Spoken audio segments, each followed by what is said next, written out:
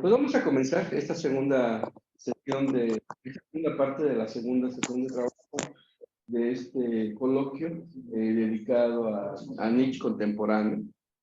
En este momento tenemos ya al doctor Osiris Sinue González Romero. Le agradecemos su participación y su disposición de venir a esta universidad a charlar con nosotros sobre estas temáticas.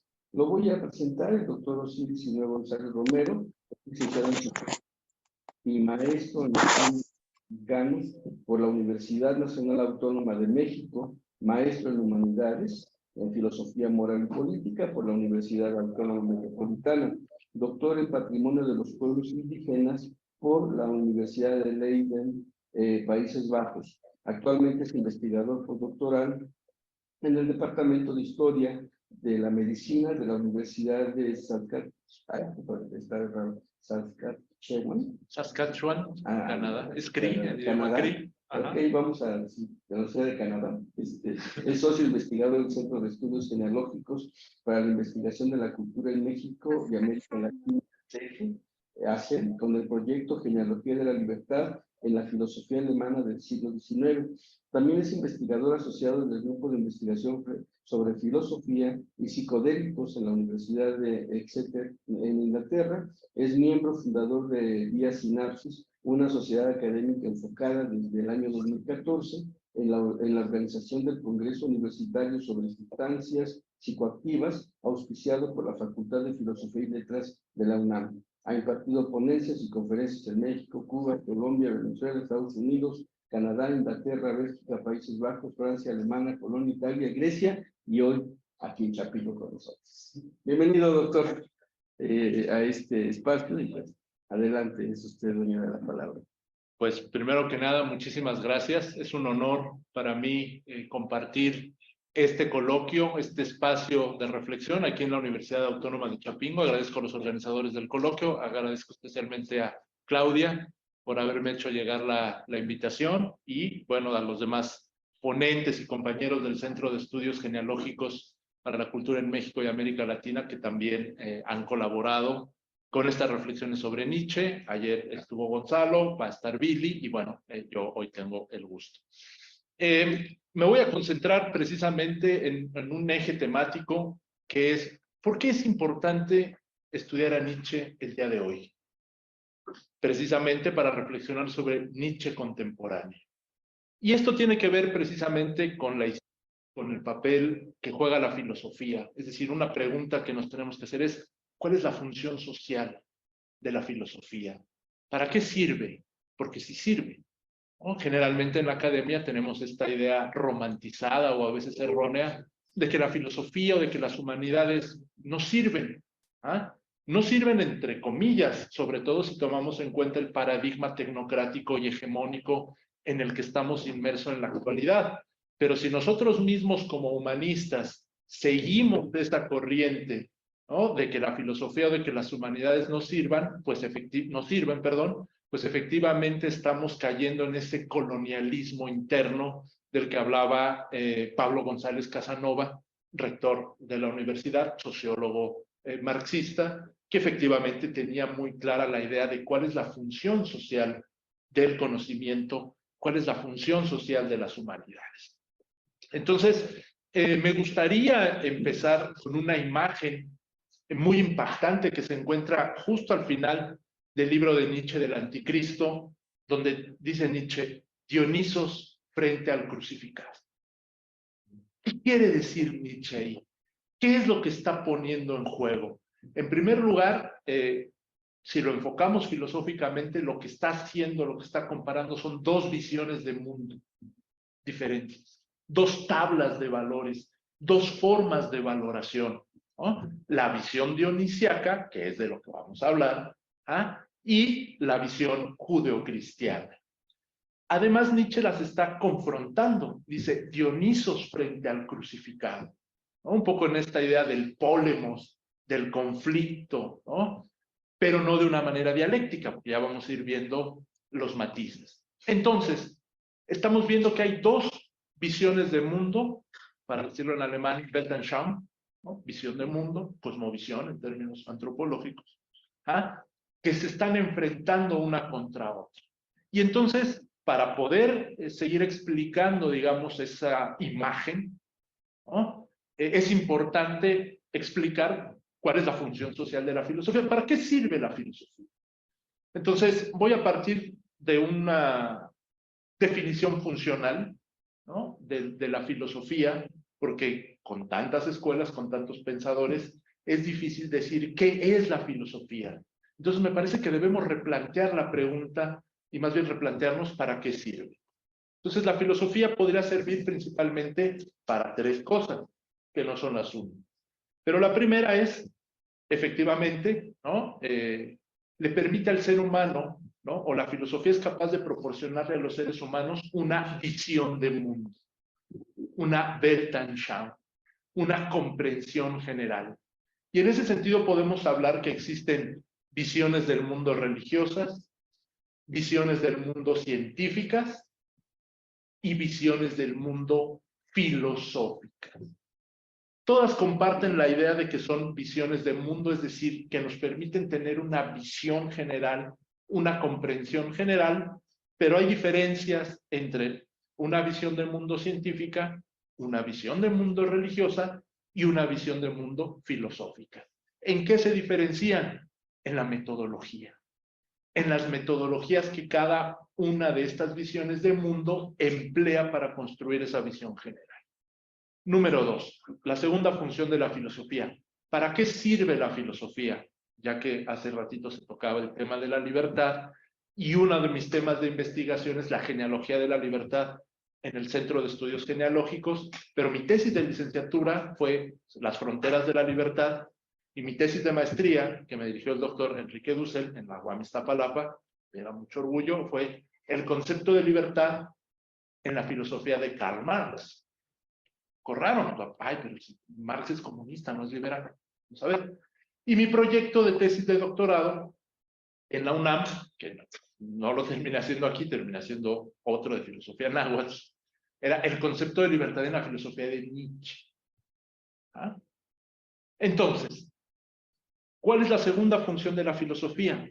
La filosofía nos permite ejercer la libertad de pensamiento.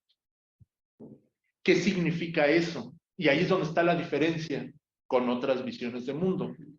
La libertad de pensamiento nos permite someter a cuestionamiento cualquier creencia, costumbre, tradición, teoría religiosa, teoría científica o juicio de valor.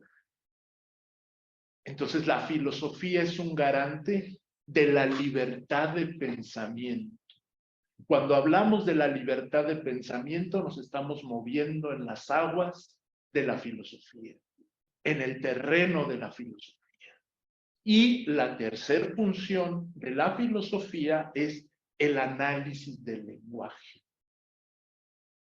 La creación de marcos teóricos, de conceptos, de categorías. Nosotros creamos marcos teóricos. Creamos marcos teóricos adecuados para ver el mundo, que no son necesariamente dogmáticos, porque efectivamente la libertad de pensamiento nos permite desarrollar un pensamiento crítico y reflexivo no dogmático. Para eso sirve la filosofía, para no tener un pensamiento dogmático, para someter a cuestionamiento cualquier creencia, costumbre, religión, teleología, tradición o juicio de valor a través del análisis del lenguaje, de todo el andamiaje, ¿no? Un poco retomando, por ejemplo, lo que dice Kant, ¿no? Teoría sin experiencias, ¿no? La teoría sin experiencia es coja, la experiencia sin la teoría es ciega. Entonces, la filosofía nos permite actuar de esa manera. Entonces, una vez aclarada también la función social de la filosofía, ¿no? Ya vimos que la filosofía sirve para tres cosas, ¿ah? Y que la filosofía no nada más es hacer trabajos de autores o hacer trabajos monográficos, sino que la filosofía debe pensar la realidad. La realidad, los problemas actuales, sociales, son los que determinan precisamente cuáles son las problemáticas filosóficas, y el filósofo tiene un arsenal, ¿no? que va desde la filosofía griega, Platón, Aristóteles, el Islam, el budismo, ¿no? La filosofía islámica, la filosofía budista, la filosofía medieval, la filosofía moderna, ¿no? Tiene todo este arsenal conceptual y expresivo para abordar los diferentes problemas que la realidad le enfrenta. Una filosofía de cubículo, una filosofía en su torre de marfil, una filosofía desligada de la realidad, pues efectivamente no cumple con esta premisa de Nietzsche de que la filosofía es fundamental para la vida, con el vitalismo.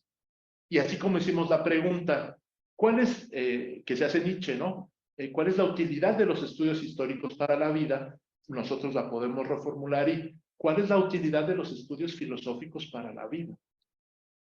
Para nosotros, seres humanos de México en el siglo XXI, con un contexto cultural específico, histórico, preciso, ¿no? Bueno, en ese sentido, otro de los puntos claves de la filosofía de Nietzsche, porque me voy a concentrar en las obras tempranas, a veces nos gana el entusiasmo y nos queremos ir luego queremos volar antes de caminar, nos queremos ir a la voluntad de poder, nos queremos ir al capital, nos queremos ir a la lógica de Hegel, y a veces dejamos de lado las obras iniciales donde todo este pensamiento se empieza a generar.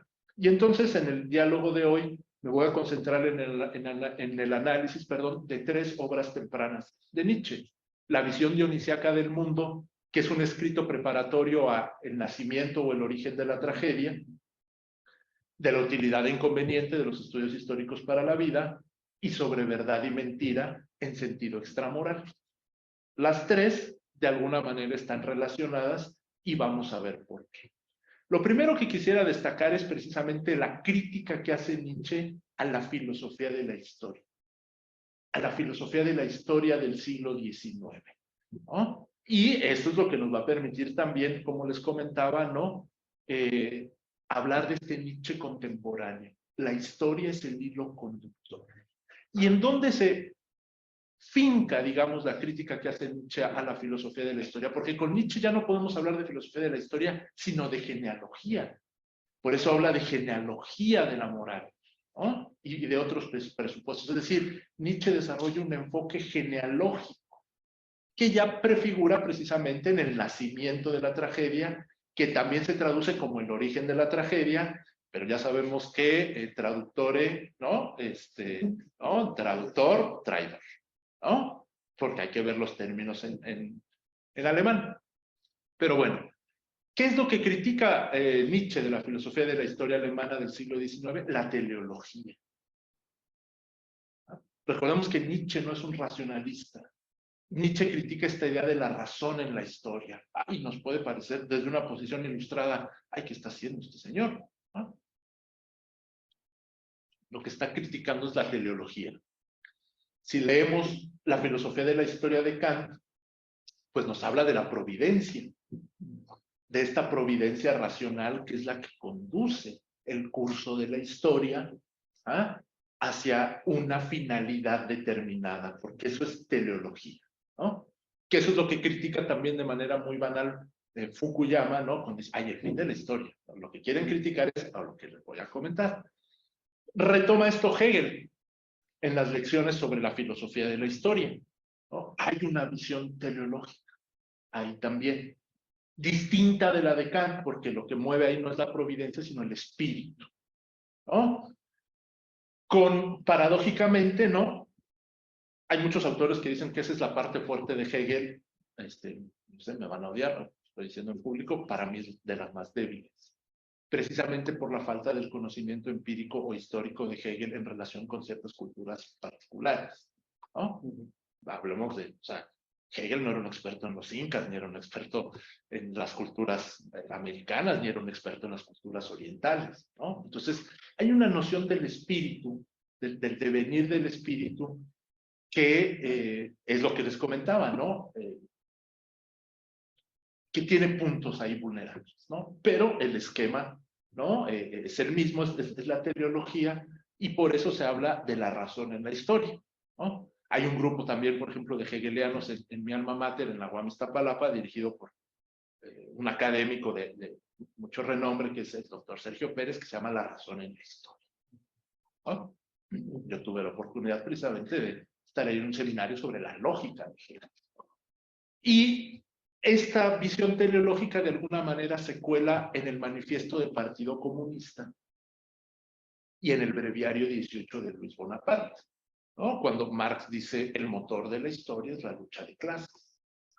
Pero en el manifiesto del Partido Comunista él adopta una visión teleológica de la historia y a partir de ahí se hicieron, por ejemplo, algunas interpretaciones un poco simplistas, algunas interpretaciones, por ejemplo, dogmáticas del socialismo soviético, sobre todo estalinista, ¿no? No leninista, sino el socialismo estalinista de los 50, donde, bueno, íbamos a llegar, ¿no? El capitalismo se iba a caer por sus propias contradicciones y entonces íbamos a seguir, ¿no? Un curso teleológico y era el destino manifiesto, era el destino inevitable. Y después vimos que no necesariamente, ¿no? Que independientemente de que el capitalismo, para redondearlo con el tema de este coloquio, esté lleno de contradicciones, ¿no? Que podríamos considerar insostenibles, eso no significa que se va a caer solo, o que se va a caer precisamente a causa del peso de las contradicciones. Entonces, frente a esta fuerte y pesada tradición de pensamiento, dice Nietzsche, oh, ¿y cómo pensamos la historia? ¿Cómo salimos de ese devenir teleológico? Kant, Hegel, Marx, ¿no? Ah, caray, pues cualquiera dice, híjole, no, pues, está difícil, ¿no? Está pesado, ¿no? ¿Ah? Sin embargo, Nietzsche se hace esta pregunta, ¿no? Desde el vitalismo. ¿Cuál es la utilidad de los estudios históricos para la vida? Olvidémonos de la teleología. ¿Ah? Es decir, saquemos la metafísica, ¿no? Podríamos decir que Nietzsche lo que desarrolla es una crítica a la metafísica de la historia. ¿Ah? Y entonces, él considerado como uno de los maestros de la sospecha, en su intempestiva, él habla de tres tipos de historia: de la historia anticuaria, de la historia monumental y de la historia crítica, que es la que nos interesa, que es la que lo vuelve eternamente contemporáneo, ¿no? Valga la metáfora, valga el oxímoron. ¿Ah? Estoy usando ahí un oxímoron, eternamente contemporáneo, Nietzsche. ¿Por qué? Porque está hablando de una historia crítica. Ahora, ¿por qué es importante, por ejemplo, este enfoque histórico del que habla Nietzsche y sobre todo en la visión dionisíaca del mundo y en el nacimiento o el origen de la tragedia? Ursprung es la palabra en alemana para el origen. Bueno, recordemos que Nietzsche era filólogo y que la filología precisamente lidia con documentos históricos del pasado y que tenía como director de tesis de doctorado a uno de los filólogos más eminentes de su tiempo, Ritsch. ¿Ah? Pero Nietzsche es una interpretación sui generis de la tragedia, hace una interpretación sui generis de la visión dionisíaca del mundo, ¿ah? Y hace una interpretación sui generis de la tragedia, que su tutor, con un pensamiento no filosófico, sino filológico, dice, Dios mío, ¿qué hicimos? Ya le dimos el título, ¿no? No lo estaban viendo de una perspectiva filosófica, porque inclusive todavía el pensamiento de Nietzsche no se desarrollaba como tal, ¿no? O sea, él inicia como filólogo, claro, en el contacto con la cultura griega, ¿no? Con la visión del mundo griega, ¿no? Entonces empieza a tomar estos rasgos filosóficos, pero por eso estas tres obras son capitales. Nos gusta hablar de los filósofos ya maduros, ya hechos. El Zaratustra, genealogía de la moral, más allá del bien y del mal, la voluntad del poder. Pero si se dan cuenta, por ejemplo, en estos tres trabajos tempranos, el eje es la historia. ¿Pero por qué? Pues porque era filólogo. ¿Ah? O sea, era inevitable. Y entonces, hacer un trabajo sobre Grecia, pues hay que saber filología, hay que saber de historia, hace su reflexión sobre la historia y luego el concepto de verdad, que es interesante, porque entonces Nietzsche lo que hace es cuestionar, por ejemplo, el concepto de verdad sujeto-objeto, y eso es lo que le objetan por ejemplo, su tutor Ritschl, donde dice, no, es que ahí hay datos que no son precisos. ¿Cuál es el matiz? Lo que Nietzsche está haciendo es una interpretación filosófica. Y eso es lo que el tutor filólogo ya no llegó, ya no alcanzó. Porque Nietzsche lo que está haciendo es interpretar o reinterpretar con independencia del concepto rígido de verdad.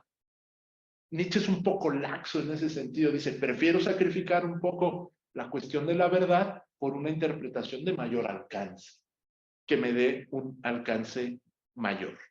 Bueno, hablamos de estos tres tipos de historia: historia monumental, historia anticuaria e historia crítica. La distinción es clave, porque efectivamente ya en la historia crítica es lo que representa el tránsito al pensamiento filosófico. La filosofía como libertad de pensamiento, la capacidad de poner en cuestión cualquier tipo de creencia. Bueno, ya dijimos de que vamos a enfocarlo en la historia, cualquier narrativa, ¿no? Cualquier interpretación de los hechos. Entonces es la historia crítica lo que le permite a Nietzsche dar el paso de la filología y de la historia a un pensamiento filosófico. Una historia crítica que no necesariamente se basa en el dato o en la memorización, sino en la interpretación. Una interpretación en aras de la vida, en aras del presente, que es lo que posteriormente, por ejemplo, Foucault va a llamar la ontología del presente, ¿no? Foucault también tiene un trabajo que se llama Nietzsche, la genealogía de la historia, ¿ah? Que simplemente me referiré a él de manera colateral para no ponernos tan postmodernos hoy, ¿no? Que el objetivo es Nietzsche, pero hay que mencionarlo, ¿no? Y él acuña el término de ontología del presente, ¿no? Ahora, ¿qué es lo que permite la historia crítica al poner en cuestión las narrativas? La transmutación de todos los valores. Transmutar la narrativa, ¿no? Recordemos además, porque Dionisos está relacionado con la tragedia, con las vacantes de Eurípides y con la palabra mitos. ¿Cómo se traduce mitos? ¿Cuál es la traducción de mitos? Narrativa, ¿no? Y vemos, por ejemplo, cómo lo aborda Platón. Ahora, por ejemplo, se considera mito como mentira, como algo falso, pero ese es un significado ilustrado contemporáneo, que Gadamer, en su librito En Mito y Razón, lo explica de manera muy clara. Pero en la Grecia clásica, mitos es narración, es narrativa. ¿Ah? Entonces, ¿qué es lo que está haciendo Nietzsche? Un análisis de los mitos, un análisis de las narrativas. Entonces, si miramos bien, hay continuidad en su pensamiento. Lo que está haciendo Nietzsche es un análisis crítico de las narrativas. Y las narrativas precisamente son las que nos permiten construir la visión del mundo. La visión del mundo la construimos a través del lenguaje, a través de las narrativas, a través de los mitos, a través de los hechos, de los anales, todo esto, ¿no? Y también de las condiciones materiales, ¿no? Para tampoco vernos tan posmodernos y darle su lugar al materialismo histórico. ¿Vale? Bueno. La crítica a la voluntad libre también, ¿no? Recordemos que Nietzsche habla del espíritu libre, ¿no? Nietzsche critica de Freie Wille, la voluntad libre, que obviamente pues, la desarrollan Kant, Schelling, Hegel, precisamente por este carácter racional, ¿no? Y Nietzsche lo pone en términos del espíritu, ¿no? De Freie Geist, el espíritu libre, ¿no? Y critica precisamente, ¿no?, la separación, esta separación entre la naturaleza y la cultura a través de la visión dionisíaca del mundo. Esta separación sujeto-objeto, esta separación entre el hombre y la naturaleza, porque para ir entrando en materia, lo que implica la visión dionisíaca del mundo es la reconciliación entre el ser humano y la naturaleza. Estamos en Chapingo. Entonces, debe ser el eje, ¿no? Aquí se trabaja con la tierra, con la naturaleza. Esta conexión está presente, ¿no? Lo mencionaban los colegas anteriormente cuando se hablaba de la ciudad. ¿Qué es lo que pasa? ¿Qué es lo que nos pasa a los urbanícolas? Hay una alienación de la ciudad, hay una enajenación con la naturaleza. el ser humano contemporáneo vive en un déficit de naturaleza. Hay un alejamiento. ¿Ah? Y precisamente la visión dionisíaca del mundo, no por ser bucólico, porque hay que entrar en el matiz, pero eso es lo que está planteando la visión dionisíaca del mundo. La reconexión entre el ser humano y la naturaleza, pero no solo de una manera bucólica, sino con esas potencias naturales indomables, dionisíacas, ¿no? Del exceso, de la embriaguez. ¿Ah? Y entonces, bueno. Y para cerrar y meternos ya con esto, ¿no? La libertad entendida en Nietzsche no como la autodeterminación, Selbstbestimmung, ¿no? En Kant o en Hegel, sino la libertad entendida como sentimiento de potencia. Nietzsche no tendría como sentimiento de poder o como voluntad de poder, ¿no? Como sentimiento de potencia sería, digamos, una exégesis, ¿no? Que hago yo para ubicar, digamos, el problema, pero cuando Nietzsche habla de la voluntad de poder, ¿no? Del espíritu libre, está hablando de un sentimiento de potencia, de un sentimiento de poder. Entendida la noción de poder, como la analiza Heidegger en esos 2 volúmenes gordotes de Nietzsche, como posibilidad, como dinamis, como energía, ¿no? Esa es la exégesis que hace, por ejemplo, Heidegger de la noción de poder en Nietzsche, porque poder, al igual que libertad, son conceptos polisémicos. Yo hice una tesis de licenciatura sobre el concepto de libertad y entonces me encontré con que la libertad tenía 11 significados filosóficos, como libertad de elección, libre albedrío, como autonomía, como autodeterminación, como libertad política, la libertad negativa, la libertad positiva, y poder, ¿no? Poder como posibilidad, poder como dominación, ¿no? ¿Ah? Entonces, tenemos ahí, ¿no? Tampoco le vamos a entrar a Foucault porque no es, pero bueno, quien hace un análisis del poder es Foucault. La interpretación que hace Heidegger es de la voluntad de poder o de la noción de poder en Nietzsche es como energía, como dinamis, ¿no? Entonces podemos hablar que la libertad en Nietzsche puede ser entendida como un sentimiento de potencia. Y Nietzsche no tendría ningún problema, ¿no? Como no es un pensador ilustrado, en decir que la libertad es un sentimiento, ¿no? Y bueno, eso lo podemos ver en diferentes visiones del mundo. En uno de los programas, por ejemplo, de Sapere Aude, cuando hablábamos de las filosofías indígenas, cómo es importante analizar el lenguaje, simplemente para poner un ejemplo. En el idioma náhuatl, o al menos en el náhuatl del siglo XVI, el verbo mati es saber y sentir al mismo tiempo. No uno u otro, sino ambos. Para saber, para conocer, tienes que sentir. No hay esta separación cartesiana de que la res cogitans, ¿no? Es superior a la res extensa, ¿no? Sino que están involucrados. Entonces, en Nietzsche podemos hablar sin ningún problema de la libertad como sentimiento de potencia. Bueno, una vez hecha esta breve introducción, esta pequeña introducción, que espero que haya sido de utilidad, que no haya sido aburrido, sino que más bien es para precisar los conceptos, ¿no? Que eché media hora en la introducción, pero bueno, es introducción con carnita y todo, ¿no? Entonces, vamos a leer algunos puntos para ir precisando algunas. La visión dionisíaca del mundo en la filosofía de Friedrich Nietzsche. Y abro con un epígrafe, precisamente amarrándolo con esto. Algo jamás sentido aspira a expresarse. Friedrich Nietzsche. La necedad y la necesidad de reflexionar sobre los posibles significados filosóficos de la embriaguez. ¿Ah? Hablábamos de los significados filosóficos de la libertad, los significados filosóficos del poder. Ahora sí nos vamos a meter en camisa de 11 varas. Los significados filosóficos de la embriaguez, del éxtasis. Radica en la posibilidad de poner en juego diversas alternativas de pensamiento que sirven para entender de manera más plena y suspicaz un fenómeno cultural presente en casi todas las culturas, pero que también ha sido estigmatizado o considerado un signo de decadencia. A veces con fundamento, y a veces de manera arbitraria. Dicho estigma no es una ficción infundada, sino más bien una infamante marca fraguada por la moral puritana. Para entrar en materia señalaré que el posible sentido filosófico de la embriaguez es inseparable de una dimensión lúdica, la cual, por extraño que parezca, no es incompatible con el éxtasis sagrado.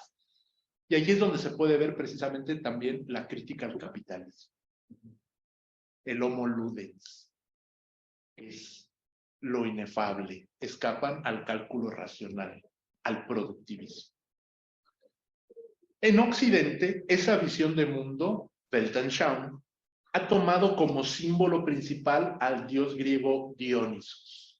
Entonces entendamos a Dionisos como ese símbolo en Occidente que está representando esas potencias de la naturaleza, esas potencias lúdicas, esas potencias eróticas, esas potencias visionarias que no necesariamente coinciden con el cálculo frío del capital. Por supuesto, quiero aclarar que en este ensayo no es mi intención detenerme a realizar un análisis exhaustivo sobre el culto y los rituales consagrados a esta divinidad, pues existen diversos estudios especializados que pueden consultarse. En lugar de ello, me concentraré en examinar las consideraciones realizadas por Friedrich Nietzsche en relación con el sentido filosófico que puede tener la embriaguez, pues al interior de la moralidad conservadora y en la opinión pública contemporánea impera una estigmatización que ha obstaculizado el pleno reconocimiento de una amplia variedad de inquietudes filosóficas y artísticas, las cuales permiten atisbar un horizonte más amplio que vale la pena explorar más allá de la estrechez de los lugares comunes de siempre. Por ejemplo, la reflexión lúcida sobre conceptos marginales como embriaguez, éxtasis o experiencia psicotrópica o psicodélica resulta de mucha utilidad para triturar los moldes de pensamiento forjados en algunos claustros académicos y en los medios masivos de comunicación. El éxtasis dionisiaco. ¿Qué es el éxtasis dionisiaco? Para nombrarlo propiamente. Una vez desechados los prejuicios y pudores iniciales e inútiles, es posible entrar en materia, asumiendo que existe un sentido filosófico e inclusive artístico de la embriaguez. Sobre este asunto específico, el filósofo de Rocken consideraba de manera entusiasta que, abro comillas, el arte dionisiaco descansa en el juego con la embriaguez, con el éxtasis. Dos poderes, sobre todo, son los que al ingenuo hombre natural lo elevan hasta el olvido de sí, que es propio de la embriaguez, el instinto primaveral y la bebida narcótica. Sus efectos están simbolizados en la figura de Dionisos. Termino cita, todas son de la visión dionisiaca de él. ¿Qué metáforas usa Nietzsche? El instinto primaveral, el erotismo, el cuerpo, ¿no? Como lo mencionaba ayer Gonzalo, ¿no? Cuando hablamos de historia, la historia se inscribe en un cuerpo.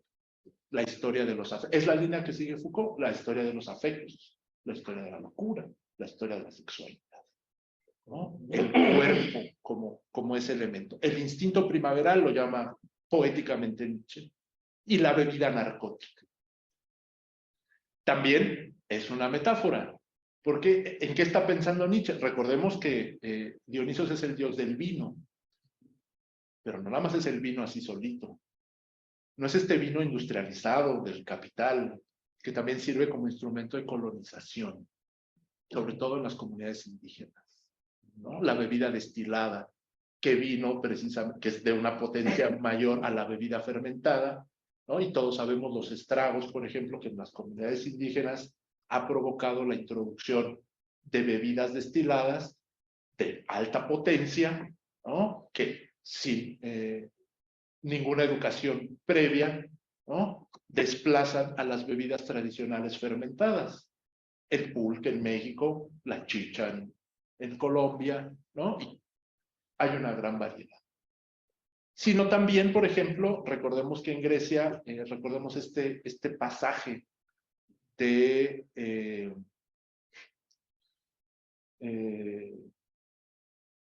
La Ilíada, ¿no? Cuando Helena de Troya habla de las tríacas y habla del vino y habla del nepente, ¿no? Hay un pasaje, por ejemplo, donde dice que ella prepara un vino con opio, ¿no? Donde el que lo toma sería capaz de ver cómo degollan a su padre y a su madre sin sentir el dolor o remordimiento o alguna aflicción del alma, ¿no? Entonces recordemos que efectivamente los vinos que se preparaban en la antigua Grecia, esos vinos escanciados, generalmente se combinaban con alguna planta psicoactiva, con alguna planta de poder, que Nietzsche, por supuesto, hace 150 años atrás, y sin las investigaciones de ahora, le llama bebida narcótica, lo cual es un poco impreciso, ¿no? No para ponernos payasos, sino para ponernos precisos, ¿no? Un narcótico es algo, claro, un narcótico es el opio, ¿no? Un narcótico es un depresor del sistema nervioso central. Lo que pasa es de que ahora usamos como sinónimos droga, narcótico, estupefaciente, ¿no? Psicodélico, etcétera, ¿no? Lo comentábamos en el programa, la palabra correcta es fármaco. Un fármaco es cura o veneno al mismo tiempo, dependiendo de la dosis. La impertinencia de hablar del concepto de droga es porque el concepto de droga solo hace referencia a la parte negativa de un concepto que tiene un carácter dual. Por eso hablamos de farmacia. No nos espantemos, tenemos farmacias en la esquina.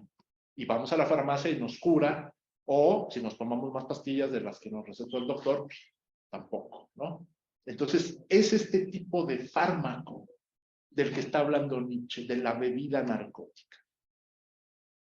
Dioniso simboliza, entre otras cosas, por supuesto, aquellos elementos que hacen posible la experiencia extática, en este caso el erotismo y la experiencia psicotrópica. Ambas han sido consideradas experiencias límites, es decir, que nos acercan a las fronteras de lo inefable y nos colocan más allá de los márgenes del lenguaje. El éxtasis dionisíaco implica el abandono momentáneo de la subjetividad del artista, ya que la imagen de su unidad con el corazón del mundo le revela que su vida es una escena onírica que hace palpable la coexistencia entre el dolor primordial propio del desgarramiento dionisíaco y el placer propio de la apariencia apolínea. Entonces tenemos el desgarramiento dionisíaco y la apariencia apolínea. Recordemos que en el origen de la tragedia y en la visión dionisíaca del mundo, Nietzsche nos habla de lo apolíneo y lo dionisíaco como estos dos principios, ¿no? Lo apolíneo como esta parte racional, la apariencia, etcétera, y lo dionisíaco como esta potencia de la naturaleza. En ese sentido, me gustaría ahondar un poco más sobre las dificultades que se presentan para distinguir los posibles significados filosóficos de la embriaguez, los cuales no se reducen a los efectos que pueda provocar cualquier sustancia o fármaco, pues los estados de embriaguez mística o poética no son algo que se pueda comunicar teórica o discursivamente. Y entonces aquí también vale hacer una precisión. Cuando hablamos de fármaco en filosofía, no nos referimos a una sustancia en particular.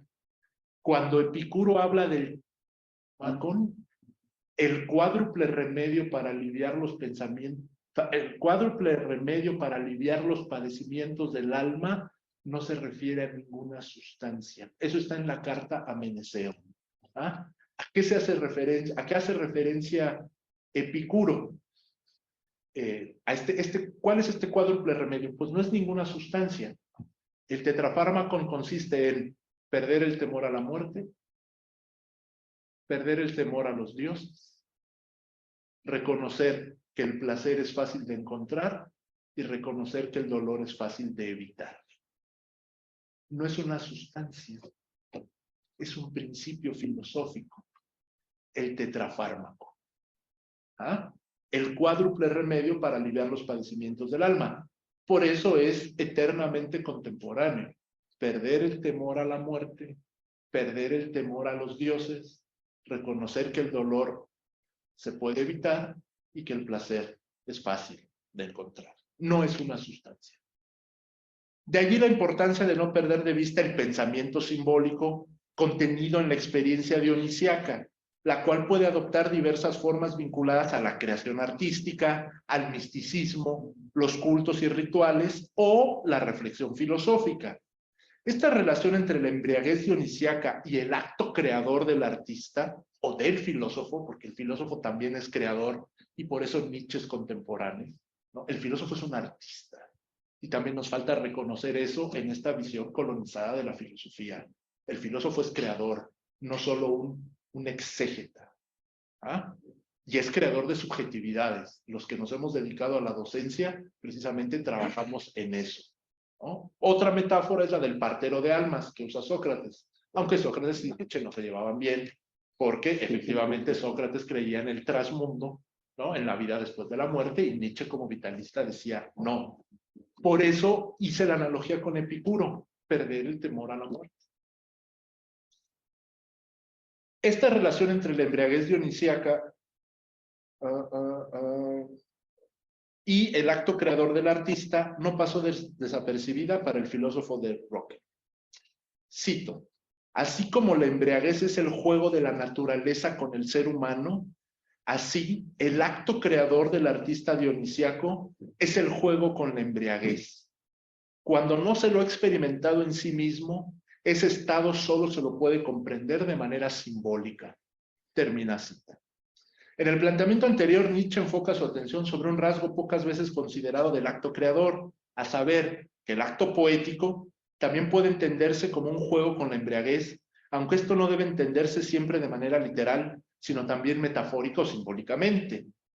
El sentido filosófico de la embriaguez dionisíaca no se limita a describir los efectos producidos por alguna sustancia psicoactiva, mucho menos se reduce a la embriaguez etílica, que además es el paradigma de embriaguez en Occidente, ¿no? Cuando hablamos de embriaguez en Occidente, creemos que es de embriaguez etílica, cuando hay diferentes matices, diferentes sustancias que efectivamente no se perciben por la guerra contra las drogas y la política de la prohibición, pero ese es otro asunto.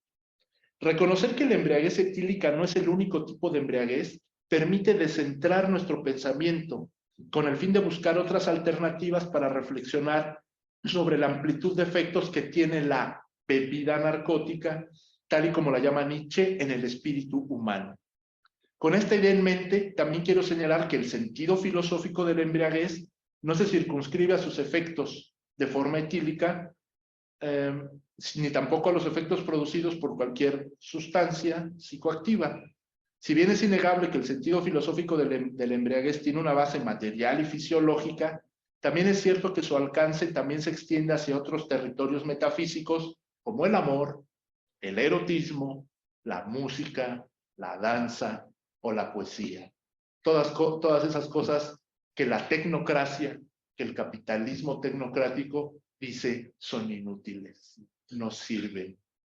¿Que estudias filosofía, arte, te vas a morir de hambre? Estudia algo que produzca. Por eso es eternamente contemporáneo. De esta manera podemos afirmar, sin temor a faltar a la verdad, que en el amor o en el erotismo se manifiesta el ferviente deseo de una vida más intensa. Por ejemplo, el amor puede ser goce o tragedia, cura o veneno.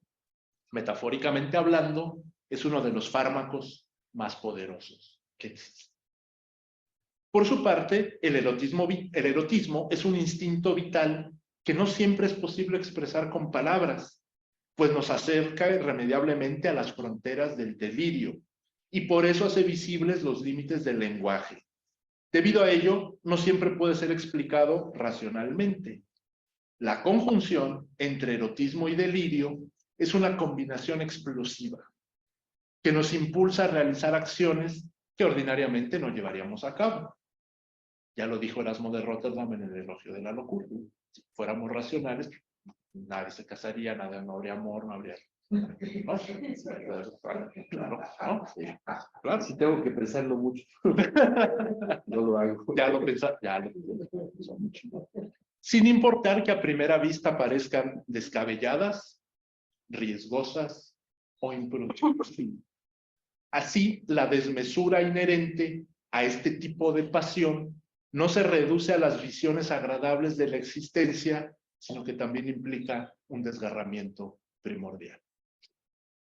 la ruptura del principio de individuación. Para lograr comprender con mayor claridad los diferentes matices filosóficos de la embriaguez, a continuación trataré de explicar otro tipo de experiencias relacionadas tanto con la vida contemplativa, pero sobre todo con las potencias creadoras de la naturaleza y el ser humano. Por ejemplo, el éxtasis propio de las experiencias místicas o bien la inspiración representada mediante el trance poético. Recordemos precisamente que en Homero, ¿no?, el poeta es el rapsoda, es un medium que en estado de trance o delirio lo único que hace es prestarle voz a la divinidad. La divinidad habla a través del poeta, ¿no? Esa es la figura del rapsoda, el oráculo. Pero ese es apolíneo, ¿no? Ahí está el matiz, claro. Pero vemos como las figuras, claro, pero ese es un muy buen apunte, ¿no? Claro, porque además en la cuestión apolínea es la cuestión visionaria y es adivinar el futuro.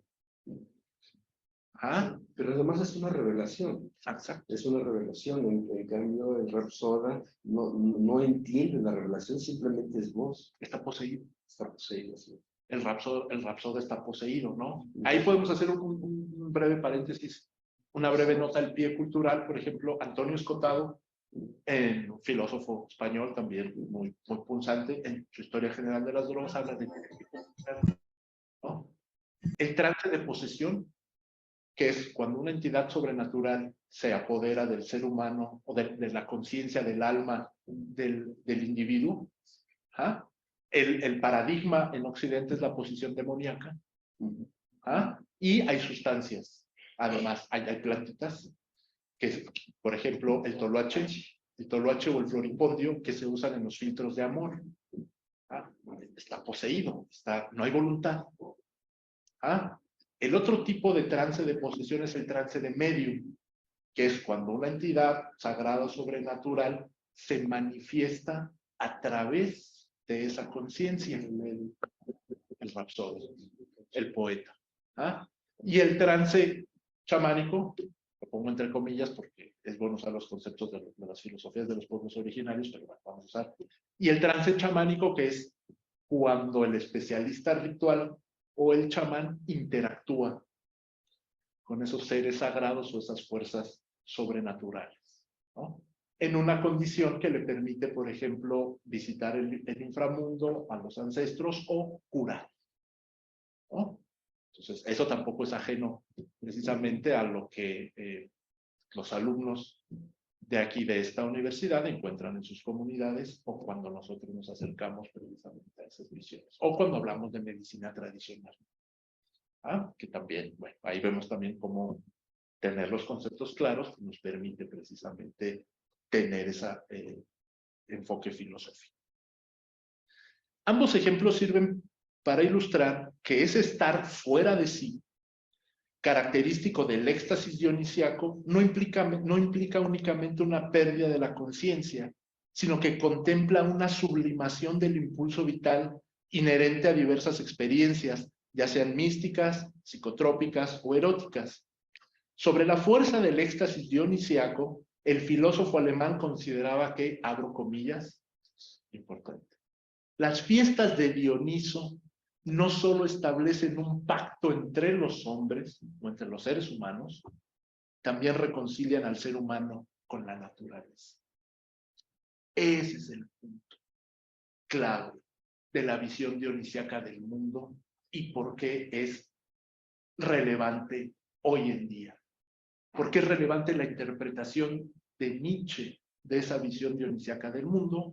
Porque en la interpretación de Nietzsche, las fiestas de Dionisos, o sea, de este símbolo, de estas potencias, no solo establecen un pacto entre los hombres, es un pacto entre los seres humanos, un pacto roto por el capitalismo industrial,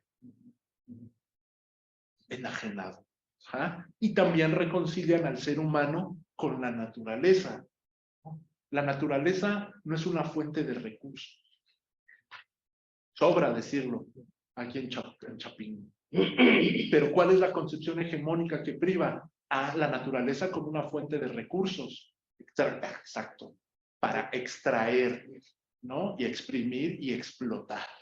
Entonces, si seguimos viendo a la naturaleza como una fuente de recursos, ¿no? Si cambiamos nuestros conceptos, nuestras categorías, entonces nos acercamos a formas diferentes de entender, ¿no? El pacto entre los seres humanos y reconcilian al ser humano con la naturaleza. Ahí está el punto, ¿no? Más allá de lo estrambótico que puede parecer la embriaguez, ¿no? Que, ay, no, pues te va a hablar de Nietzsche, de drogas, no, es medio hippie, ya postmoderno, ya está muy viejo, dice, ¿no? No, ese es el punto, ¿no? Es el símbolo, ¿no? En teología le llaman paganismo, no es el paganismo, aquí estamos son las filosofías originales, ¿no? O sea, es esta reconexión con la naturaleza. Bueno, aquí en Chapingo se trabaja con la tierra, ¿no? Eso lo tenemos, ¿no? Fui un afortunado porque además Claudia me llevó a la capilla, ¿no? Donde están las pinturas de Diego Rivera. Ahí está la conexión con la tierra. Eso es lo que está planteando Nietzsche de otra manera. ¿No? Claro, es más, y voy a hacer la analogía que quedé impactado. Cuando habla del arte, ¿no? Cuando habla, en este caso, de la pintura, de las artes plásticas, Nietzsche habla de la música, de la poesía. ¿De qué nos hablan los murales que tenemos aquí? De la reconexión entre el ser humano y la naturaleza. De cómo se planta la semilla y crece, ¿no? De cómo efectivamente, por ejemplo, la tierra es una entidad animada, ¿no? Nuestra madre, nuestro padre, ¿no? Es un vientre, ¿no? Y es masculino y femenino, ¿ah? Porque además nota al pie.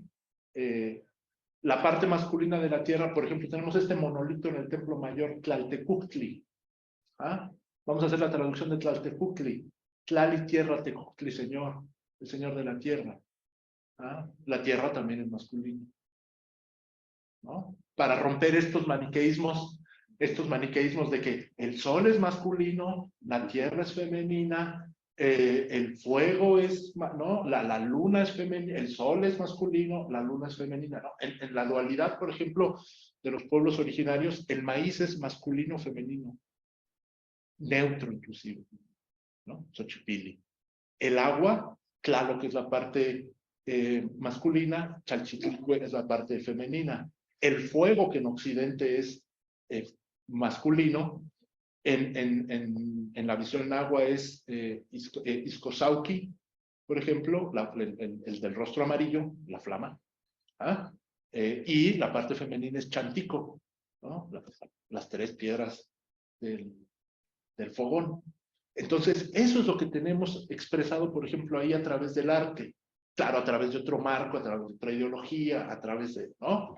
Pero es lo que esto de lo que está hablando en esta cita Nietzsche, es lo que podemos ver, por ejemplo, en la pintura de Diego Rivera. Y ustedes díganme si no, si estoy mintiendo, o si mi interpretación está fuera.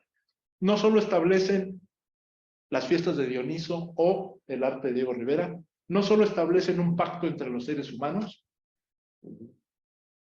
también reconcilian al ser humano con la naturaleza. El arte es eso. Por eso es eternamente contemporáneo Nietzsche. A eso es a lo que está apuntando. Y aquí, afortunadamente, tenemos la oportunidad de corroborarlo. No tenemos más que cruzar el patio y ver esa obra maestra del arte y ver que estos dos elementos, al menos entre otros, están presentes. Pero estos dos, al menos, sí. Si bien resulta sorprendente encontrar la palabra reconciliación en los pensamientos de un filósofo tan polémico e intempestivo como Nietzsche, también es cierto que la posibilidad de establecer un doble pacto con la naturaleza y los seres humanos a través de las fiestas y rituales nos hace visible la forma en que es posible la ruptura del principio de individuación o principium individuationis, en latín ahí, por no dejar. En relación con el delirio inherente al éxtasis poético o artístico, vale la pena no perder de vista que en la Grecia antigua el papel del poeta era entendido como el de un rapsoda, es decir, como un medium que gracias al poder de sus palabras podía acercarnos a las fuerzas divinas o sobrenaturales, ya sea a través de los cantos y poemas o bien alegóricamente por medio de las historias expresadas en las narraciones sagradas y épicas. Por eso, cuando a través de la experiencia dionisíaca o poética, el rapsoda en su delirio se situaba en el umbral intermedio entre el éxtasis místico y el arrebato creador. Podía ser entendido fundamentalmente como un medium que, gracias a sus cantos y palabras, tiene el poder de acercarnos a las fronteras de lo inefable, de llevarnos hasta los límites siempre cambiantes del lenguaje, a las palabras plagadas de silencio o a los revitalizantes signos del asombro y la duda. Por su parte, la música que acompaña el éxtasis dionisíaco no solo se deja oír en las celebraciones religiosas. La embriaguez y los sentimientos provocados por la música han trascendido la esfera religiosa para hacerse escuchar en casi todos los momentos de nuestra vida cotidiana: amor, desamor, fiestas, goce, contemplación, duelo, reflexión. Además, una particularidad notable de la música es que, además de su facultad de estremecer los frágiles cimientos de las emociones humanas, también tiene la facultad de inducir estados extáticos de alta intensidad. Y lo mismo podríamos decir de la pintura. El éxtasis dionisíaco se ha interpretado como un estar fuera de sí, como un arrebato producido por la embriaguez, pero hay que tener cuidado de no confundirlo con la simple pérdida de la conciencia racional, o más precisamente del estado de vigilia. El éxtasis dionisíaco tiene un carácter poético, es decir, creador, que se expresa gracias a las acciones de la imaginación creadora. Debido a ello podemos hablar de un arte dionisíaco que se distingue por este juego con la embriaguez, el cual es susceptible de provocar una transformación de la conciencia a través de estados no ordinarios de percepción. El arte puede entenderse como un estimulante que hace tangible la necesidad de una vida más intensa. Y eso es lo que no le gusta al capital o el arte domesticado de las galerías, de los museos, del mercado del arte, que es distinto del arte. Es verdaderamente aberrante que un cuadro de Van Gogh pueda costar $20 millones cuando Van Gogh en su vida vivió en la miseria. No vendió ni un solo. Ahí hay una enajenación brutal. Lo que importa del arte es este impulso, ¿no? Como un estimulante que hace tangible la necesidad de una vida más intensa. Ahí es la policromía, ¿no? Retomando el tema del coloquio, policromía de la crítica, de la cultura y el capitalismo. El arte muestra la necesidad de una vida más intensa. Y además lo voy a vincular también con el papel de la imaginación, que eso tampoco se habla mucho, ¿no? En los griegos podemos hablar de dos tipos de imaginación: la imaginación reproductiva o mímesis, ¿ah? Que es cuando el artista reproduce una figura de la naturaleza, un dibujo, una escultura de una planta, de un animal, ¿ah? Y la imaginación productiva, que es cuando el artista no solo reproduce las formas de la naturaleza, sino que las conjunta en algo diferente, crea algo nuevo. Un ejemplo, tenemos el cuerpo de un humano, el cuerpo de un caballo, la imaginación creadora los junta y entonces no son ni un humano ni un caballo, sino es un centauro, ¿no? E inclusive esta gran metáfora de Robert Graves cuando habla es un libro que ahora le voy a entrar, que se llama Comida para centauros. Entonces, así funciona la imaginación creadora, ¿no? Y la imaginación creadora está más presente de lo que creemos.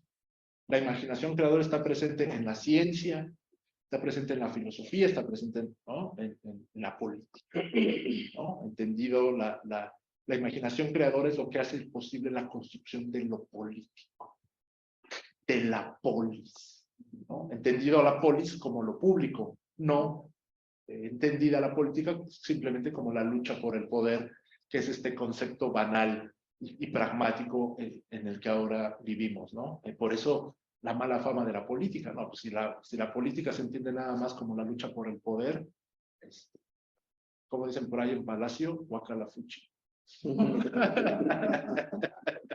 Pero yo nomás no de lo que ve, ¿no? Dice que la política no es un tan serio para que lo dejemos en manos de los políticos. claro. Y no solo serio, sino inclusive sublime. Es la construcción de lo público, ¿no? Eso, por ejemplo, tuve el privilegio de hacer una maestría en filosofía política en la UAM Iztapalapa, con profesores de muy alto nivel, ¿no? La construcción de lo político. Ese es la construcción de lo público, la política entendida como la construcción de lo público. Ese es el sentido noble de la política. Y para eso se requiere imaginación, ¿no? Mucha imaginación, mucho arte, mucha poiesis, ¿ah? Y eso es lo que, ¿no? La cultura tecnocrática, pues no. Pero ya vemos cómo es necesario, ya vemos cómo es vital, no es un accesorio, no es un adorno, ¿no? Ay, traigo un monito rojo, ay, traigo una coleta. No, o sea, son actividades que permiten además fomentar las facultades humanas, potenciar las facultades humanas, la libertad como sentimiento de potencia, ¿no? Una filosofía, un sistema político que no es capaz de fortalecer, ¿no?, las facultades humanas como este, que las separa, pues precisamente es un sistema decadente, ¿no? Y por eso, junto con el doctor Freud, vamos a hablar del malestar de la cultura, que está enfermita, ¿no? O sea, es una cultura enferma, porque precisamente no está fortaleciendo las facultades humanas. Entonces, bueno, vemos cómo se empiezan a entrelazar todos estos elementos con la visión dionisiaca, ¿no? Con los sentidos filosóficos del embriaguez, con la libertad como sentimiento de potencia. Eso es lo que no le gusta al capital, ¿no? Bueno, estábamos aquí.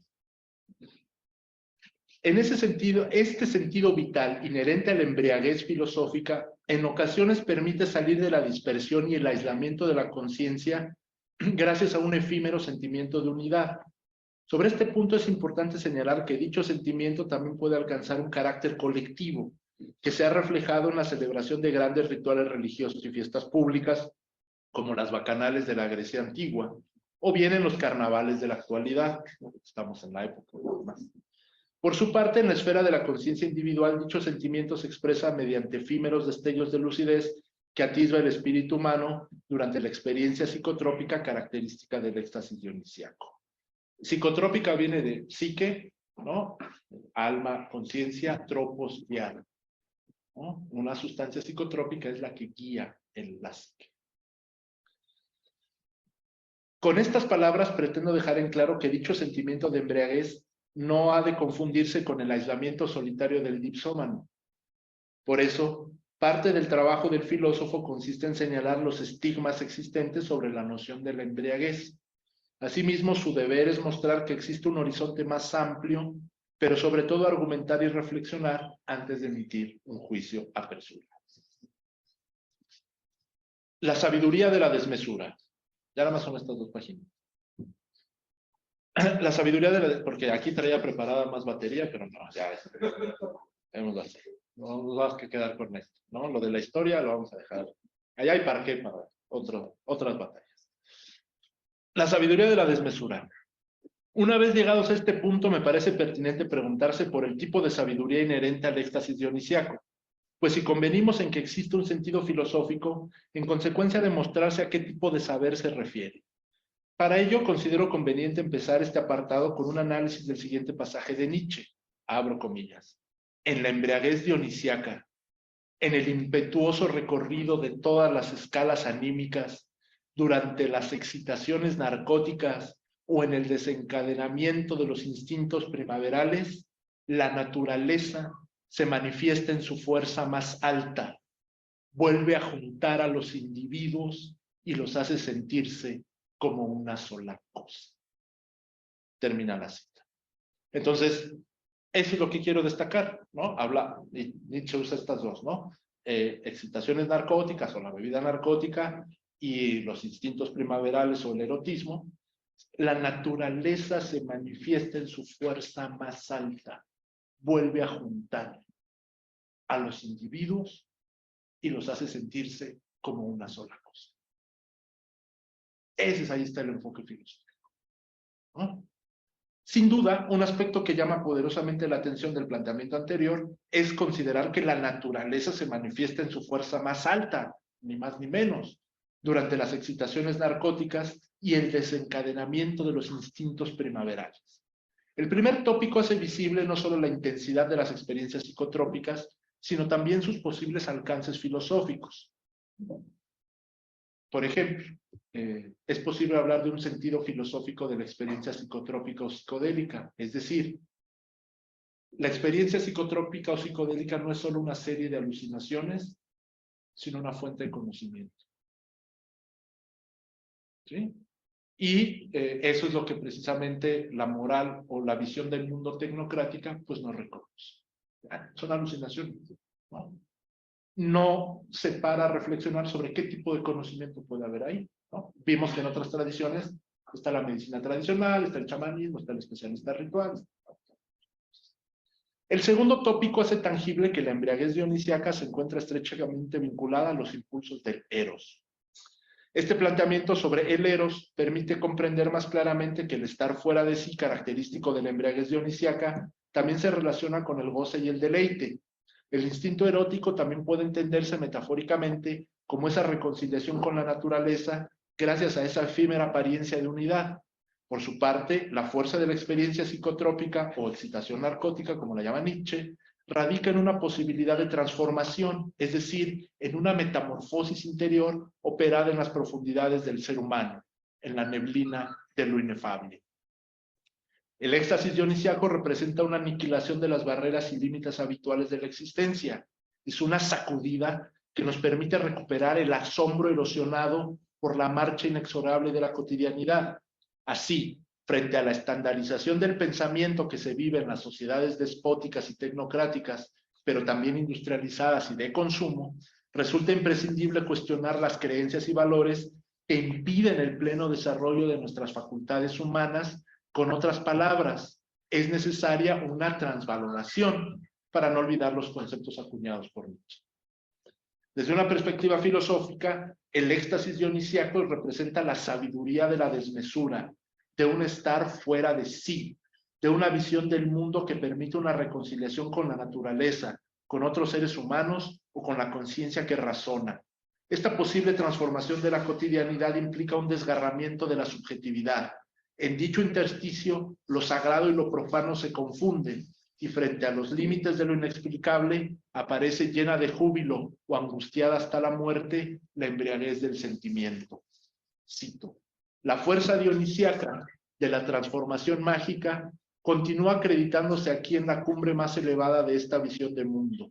Todo lo real se disuelve en apariencia, y detrás de esta se manifiesta la unitaria naturaleza de la voluntad. La ilusión, el delirio se encuentran en su cúspide. Termina cita. La potencia del éxtasis dionisíaco hace posible la disolución de lo real y en ese movimiento nos muestra su sentido filosófico al estimular una actitud cuestionadora que no se queda en el brillo cegador de la apariencia. Además, esta facultad de cambio y transformación nos demuestra que la realidad no es una entidad cerrada o inmodificable. El éxtasis dionisíaco puede llegar a convertirse en una fuerza creativa o poética cuando en su despliegue hace posible el paso del no ser al ser, es decir, la poiesis.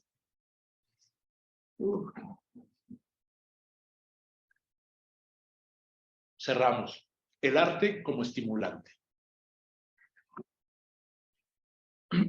El arte, entendido metafóricamente como estimulante, se refleja en los deseos e imágenes de una vida más intensa, en el fortalecimiento y desarrollo de facultades vitales como la sensibilidad, la imaginación y la fantasía, en las creaciones de diversos lenguajes artísticos como la música, la danza, la poesía, la pintura.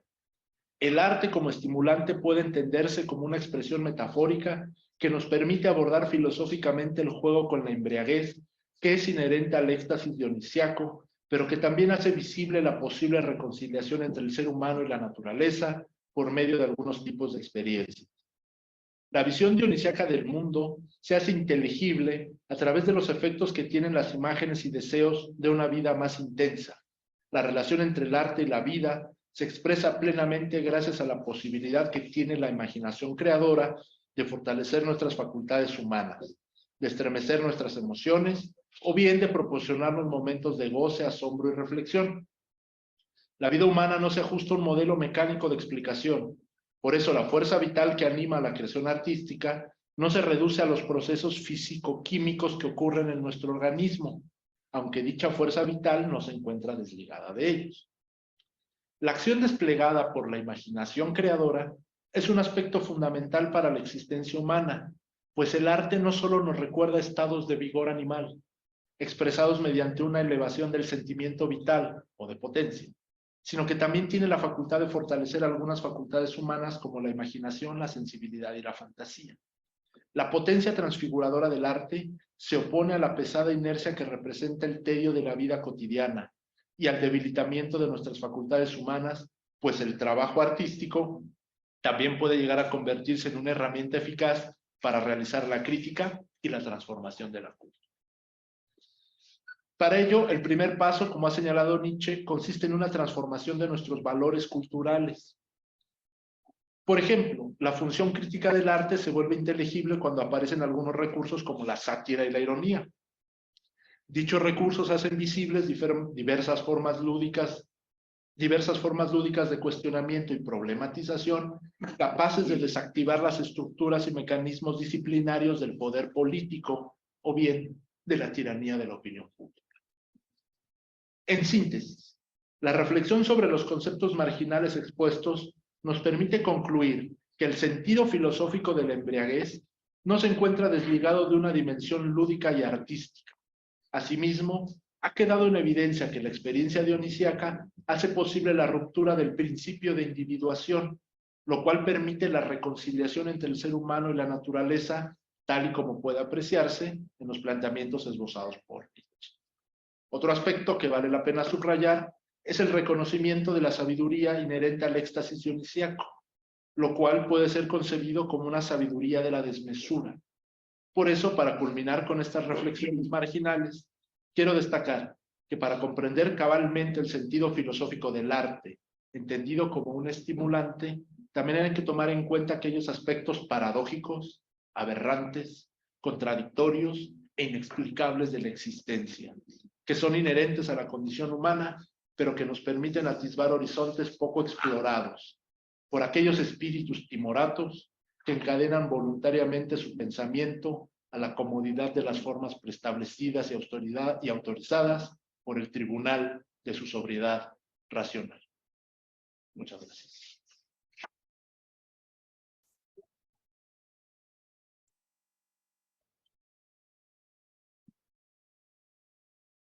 Adelante, ya tenemos preguntas. Se supone que no tengo que hacer algún comentario, pero ya tenemos el tiempo encima, entonces más bien le daría prioridad a las participaciones de todos ustedes. Entonces, maestro, por favor. Bueno, Pablo Linares, buenas tardes. Buenas tardes, maestro. Yo no sé si hay en el discurso que presentas una apología en general del fenómeno dionisíaco, en general, pero siento que dejar también un poquito la parte detractora. Vamos a decir, yo pienso en lo que se dice, José Alfredo Jiménez componía sus canciones y Chavo ponía sus sentidos.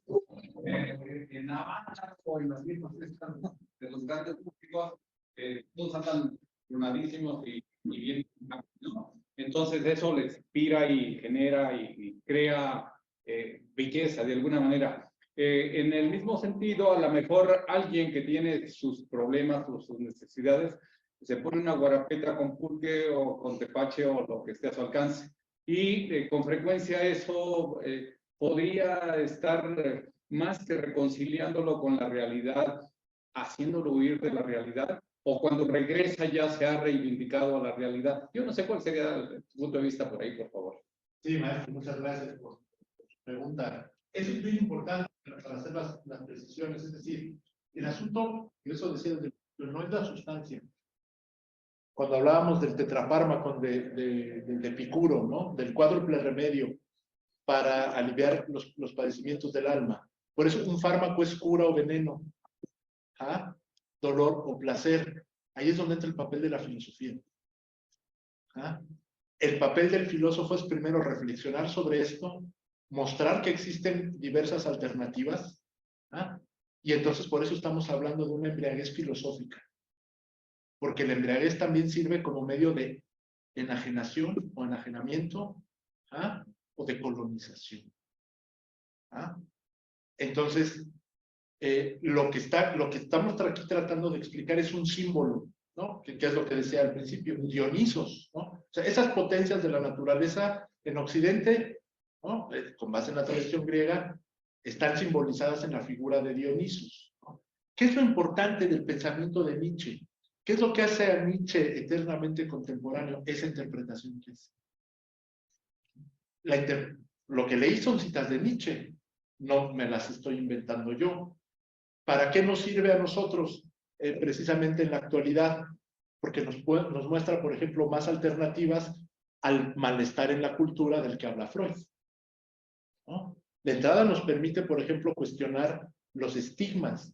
Nos permite, por ejemplo, ver que el único paradigma de embriaguez no es solo la embriaguez etílica, que hay diferentes matices, diferentes tipos de embriaguez, y precisamente lo que usted dice, maestro, que no necesariamente la embriaguez nos lleva a la enajenación, ¿ah? Sino que la visión dionisiaca del mundo nos puede llevar al fortalecimiento de las facultades humanas. Por eso Nietzsche es un pensador intempestivo. ¿Ah? Y claro, se malinterpreta y que era nazi, ¿no? Y un montón de cosas. ¿Ah? Pero aquí lo interesante es el horizonte que nos abre. Es decir, Nietzsche nos está sacudiendo. ¿Qué es lo que tiene que hacer un filósofo? Sacarnos, ¿no?, de nuestro estado de confort, y lo que él está proponiendo es una tabla distinta de valores. ¿Nos puede parecer chocante? Sí, por supuesto. Sí, claro. Ajá. Como dicen los psicólogos, Lo que nos choca, ajá. lo que nos checa, nos choca. Y ya nada más cerrando, la pregunta es, ¿por qué nos choca? ¿No? ¿Qué es lo que nos parece chocante? ¿No? Y ahí es donde, ¿no?, donde precisamente podemos además establecer un diálogo con los filósofos, ¿no? ¿Qué es lo que nos choca de Nietzsche? ¿O qué es lo que, ¿no?, choquea de los planteamientos de Nietzsche a esta cultura? ¿No? Y si le rascamos, ahí vamos a encontrar algo que, no sé, pero hay. Ok, Claudia. Sí, a ver, está Claudia, Gilberto, Todavía no termino. Karen. Todavía no termino de elaborar bien mi pregunta, pero me vas a ayudar, por favor. Creo que se ha callado por muchas razones esta visión dionisíaca del mundo, ¿no? De hecho, se nos ha hecho temer a un Dionisio en nuestra vida, ¿no? O sea, nada más me llega como ejemplo cómo se nos hizo ver que el estado de naturaleza era malo. Porque si llegábamos a un estado de naturaleza, pues íbamos a terminar pues destruyéndonos a nosotros mismos, ¿no? Entonces, quiero diferenciar que tú muy bien nos estás llevando, bueno, ¿cómo como sociedad estaría planteando Nietzsche hoy día si sería posible pues un estado dionisiaco, una sociedad donde esta deidad siguiera presente en nuestras vidas, ¿no? Pues respondería yo que sí. Respondería que sí, porque yo retomando esto, pero no en el sentido de, pues vamos a ponernos borrachos todos, ¿no? Claro. Sino vamos a embriagarnos, pero filosóficamente. Y hay muchas formas de embriagarnos a través de, pues esto que decías de Epicuro, que no los logré anotar bien todos, pero perder el miedo a la muerte. El dolor se puede evitar. Entonces es fácil de encontrar. Calma, ¿no? Entonces, ¿cómo vivir así, ¿no? Sin tomarte unos tequilas y todo eso, ¿no? Entonces, de ahí el juego. Yo encontré un poquito la respuesta en esto que tú nos decías, pues del amor, del arte, que son también formas de embriagarnos y de vivir que hemos perdido completamente, ¿no? Ahora pues tenemos una visión también muy occidental del amor, que es posesión del otro, pero definitivamente no hay una unidad con el otro, y no solamente con el otro como persona, ¿no? Sino con todo, ¿no? Con tu naturaleza. Entonces, yo creo que sí me gustaría que diferenciaras esta parte de el estado de naturaleza y la visión dionisíaca, que para mí son completamente diferentes, pero si lo pudieras resaltar, nada más. Sí, vuelvo precisamente al punto de partida, cuando mencionaba, vamos a partir de la imagen, de la última frase del anticristo, Dionisios frente al crucificado. Dos visiones del mundo que se están enfrentando. Pero la observación que hace Claudia es bien importante, o sea, cuando hablas del estado de naturaleza, del justnaturalismo. O sea, esta característica del estado de naturaleza como una lucha de todos contra todos es Hobbes. Y esta interpretación es la que ha permeado, es la interpretación hegemónica. Entonces, fíjate qué interesante, seguimos avanzando.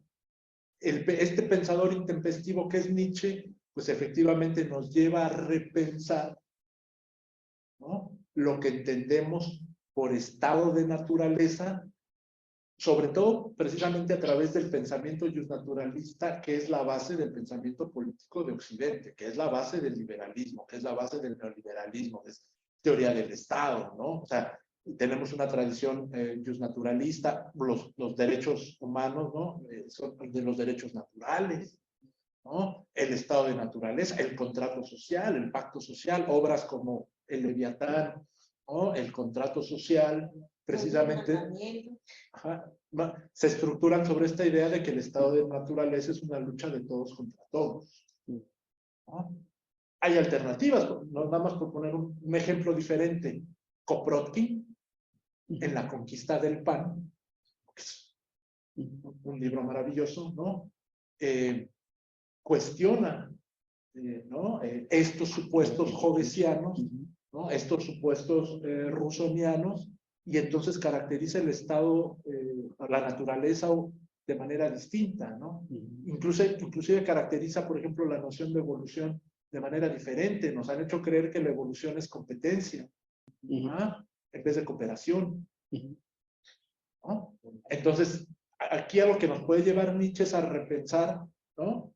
Lo que entendemos por estado de naturaleza, y lo que entendemos por naturaleza en general, cuando además decíamos que la naturaleza ahora se ve únicamente como recursos, ¿no? Como recursos naturales, etcétera.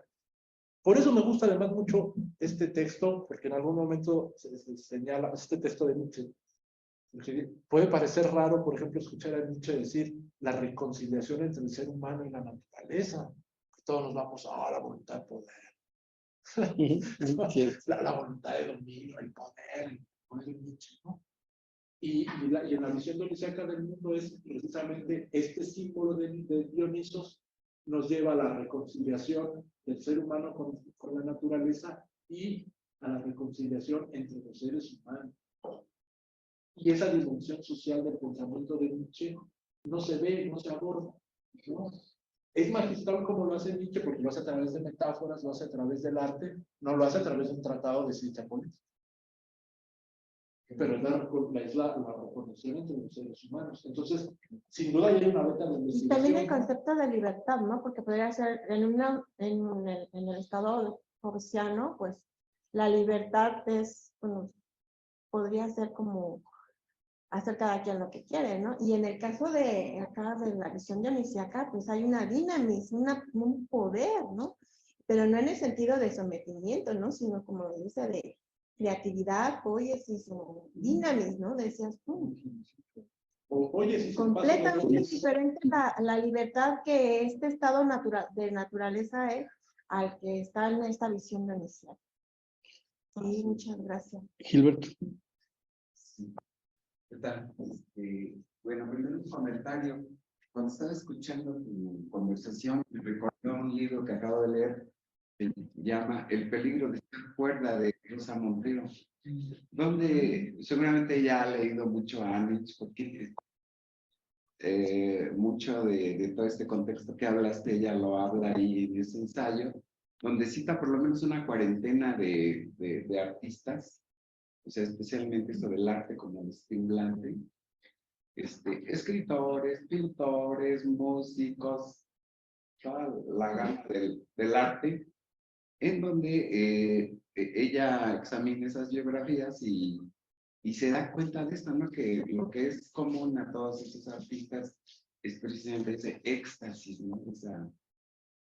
Esa pasión que los eleva y que después se convierte en una adicción porque ya no pueden dejar de hacerlo porque si no mueren o pues sí, lo pone en riesgo, ¿no? Que necesitan estar produciendo continuamente, pintando, escribiendo, haciendo poesía, etcétera. Están embriagados, ¿no? Y quieren seguir estando en ese estado, ¿no? La única cosa que agrega allí en ese ensayo Rosa Montero es que para validar esas apreciaciones sobre los artistas, le agrega los últimos descubrimientos acerca del cerebro, ¿no? Porque en el cerebro pues también tenemos ciertos mecanismos de las neuronas que inhiben o excitan, nos excitan en ciertas situaciones, ¿no? Entonces, eso pues lo hace más interesante. Y por otro lado,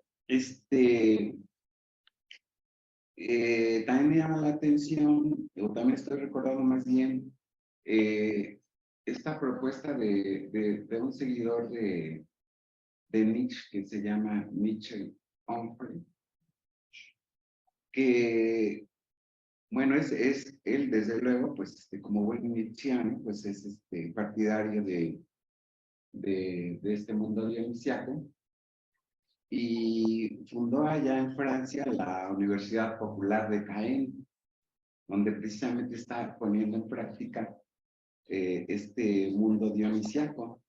Y entonces yo me he preguntado desde hace ya un buen rato si no algo podríamos hacer en nuestras universidades aquí en Chapingo de alguna orientación de este tipo, dado que ya la educación pues se ha burocratizado, ultradisciplinado, es forzosa, la estrategia de los exámenes,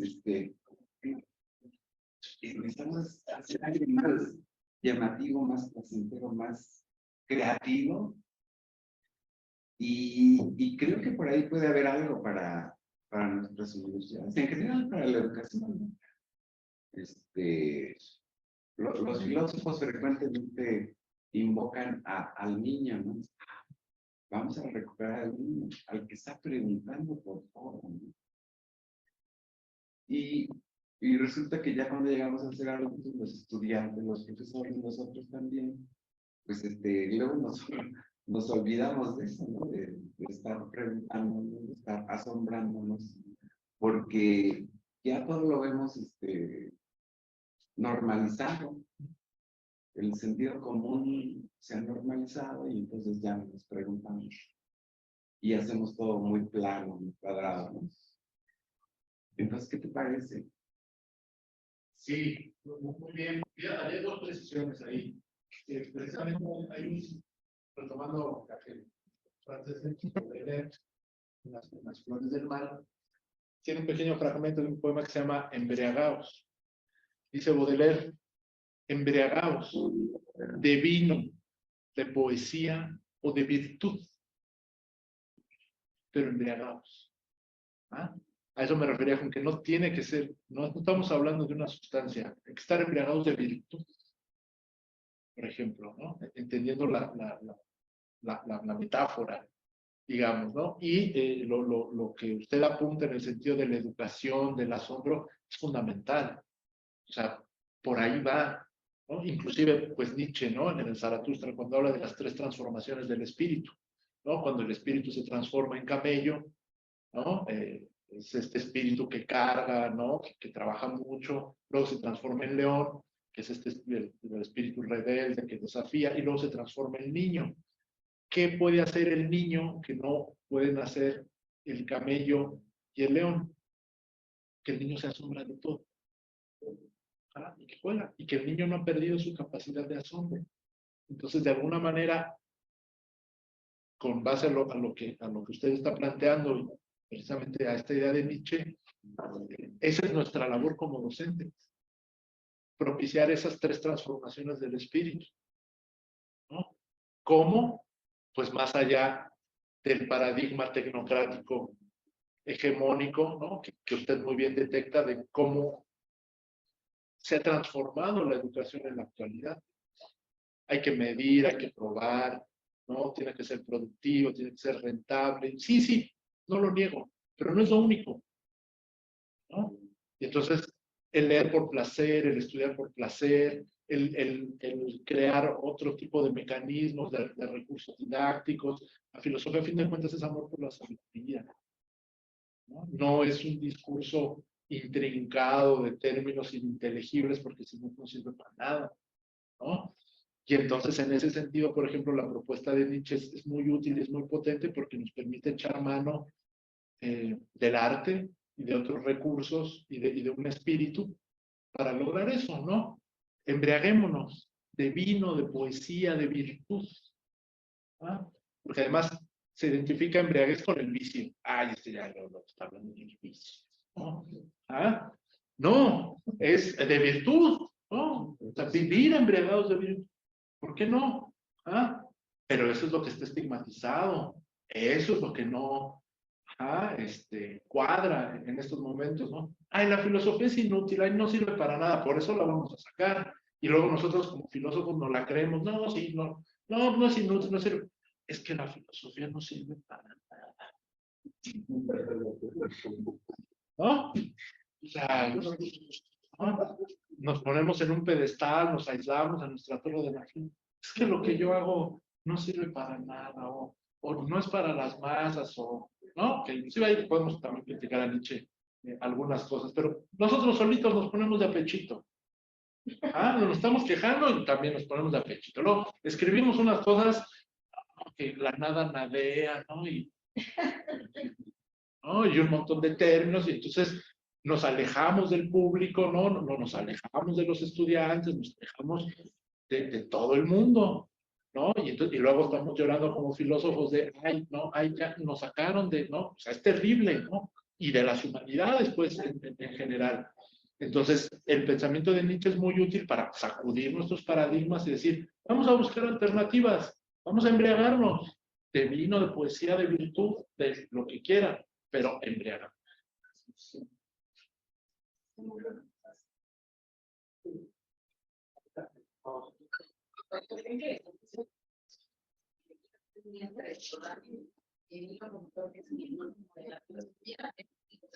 Social es ir con esto, entonces no me hace pensar en pero me quiere concentrar en tres de ellas. La primera, si es posible establecer la ligación entre la embriaguez con la cuestión del asombro y por supuesto que con la sorpresa, ¿no? Para llegar a un pensamiento, como diría Hannah Arendt, un pensamiento apasionado, ¿no? Y que en la promesa, en el texto de la promesa de la política dice justamente eso, que el asombro es uno de los elementos que lleva a filosofar. Sin ello, pues no es posible. Y la segunda es como tocando el tema del arte, sí, también podemos hablar del arte como una posibilidad, entendida como, bueno, que puede llevar a vivir otra vida, como nos lo dijo, pero también sin olvidar esa parte de qué pasa y que también la señaló cuando forma parte de un mercado y ese mercado se convierte en un mercado de lujo, que no es asequible para casi nadie, porque como decía, ¿cuántos millones vale? ¿En qué espacio se está establecido y cómo se protege, ¿no? Que no te puedes acercar a ello al final de cuentas. Y la última, en el aspecto de la construcción de la política, ¿no? De la concepción de la política, que justo, digamos, se supone que tiene que apelar por el bien común, ¿no? Desde esa perspectiva arendtiana, de la pluralidad, de las voces y eso, pero si se pierde este elemento del asombro, pues al final de cuentas queda como esa parte que también han señalado de una burocracia, de una tecnocracia y que sirve a ciertos intereses más allá de satisfacer las necesidades de un colectivo, ¿no? Nada más. Son los tres puntos, voy a tratar de ser uno más conciso. En relación con el arte, primero, bueno, el arte y el asombro. Ya vimos un poquito, por ejemplo, la postura de Nietzsche, ¿no? En algunos momentos, o en otros textos de Nietzsche, y al igual de Schopenhauer, por ejemplo, a veces da la impresión de una visión de un arte un poco elitista, ¿no? Ay, las masas, ¿no? Y los borregos, y, ¿no? Unas metáforas ahí también medio acá. En ese sentido, por ejemplo, para ir más directo, no seguiría únicamente a Nietzsche, por ejemplo, y ahí te diría Marx, el marxismo y el arte popular. O sea, para romper la enajenación que existe entre la creación artística y el pueblo, o los individuos, ¿no? Lo mismo, para hacer una analogía, por ejemplo, lo mismo pasa con la extraña noción de patrimonio cultural, ¿no? Cuando está enajenado en museos, o, a ver, los códices mexicanos prehispánicos están en el Museo Británico, o en el Vaticano, o en la Biblioteca de Florencia. Es un patrimonio, es un legado cultural, para no usar patrimonio, es un legado cultural enajenado de las comunidades de donde se produjeron. Hay que acercarlo. ¿Ah? Y además tiene el nombre, el Códice Feyerabd-Meyer. ¿No? En el Museo de Liverpool. ¿No? Entonces es arte que está enajenado. ¿No? Entonces, en ese sentido, claro, el arte popular, ¿no? La educación, el arte masivo, ¿no? Que efectivamente es un contrapeso al arte entendido como mercado, o en otras palabras, a la industria cultural, ¿no? Que es ¿no? Hollywood, Netflix, en la televisión, las galerías, los grandes museos son parte de una industria, la industria musical, pero siempre hay alternativas. Y por ejemplo, como docentes o como activistas, siempre tenemos la posibilidad de crear una alternativa diferente. De entrada, por ejemplo, la educación del público, la educación de los estudiantes, ¿no? De efectivamente reconocer que hay aberraciones como que el cuadro, un cuadro puede llegar a costar 20, 30 o 40 millones de dólares, ¿no? De un pintor que además en vida ni siquiera fueron a beneficio del pintor, ¿no? Porque tampoco estoy en contra de que, bueno, si alguien es muy bueno, pues que viva de eso y que viva bien, ¿no? Tienes un director musical exitoso, págale bien, que viva bien, que es el director de la Filarmónica de wherever, ¿no? Maestro, ¿no?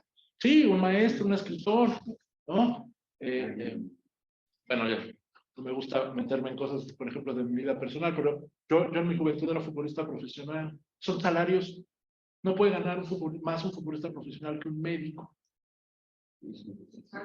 que un maestro.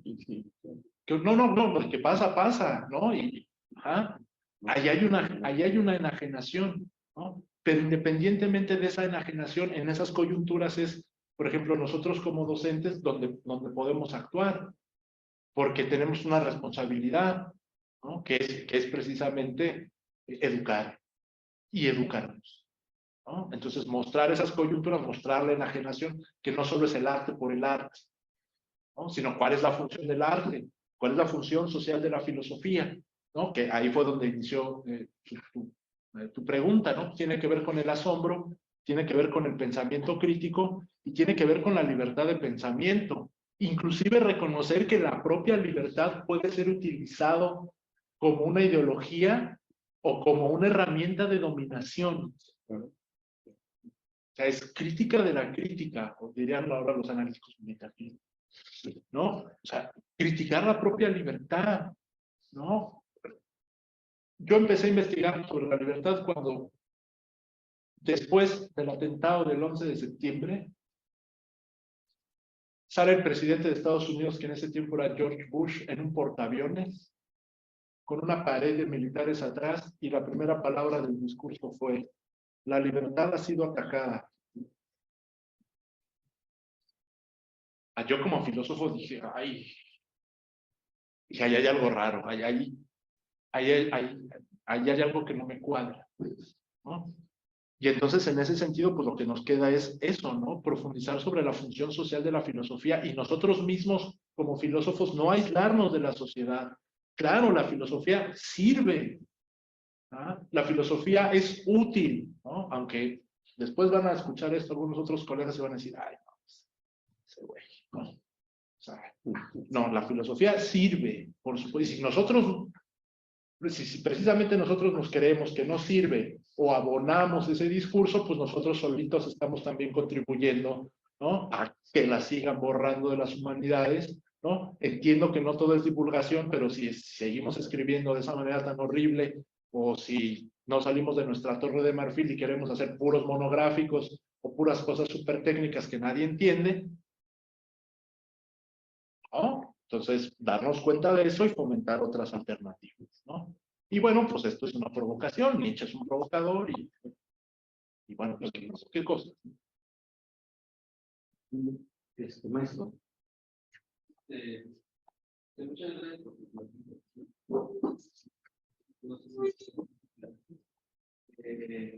yo tengo varias preguntas, pero voy a hacer nada más dos.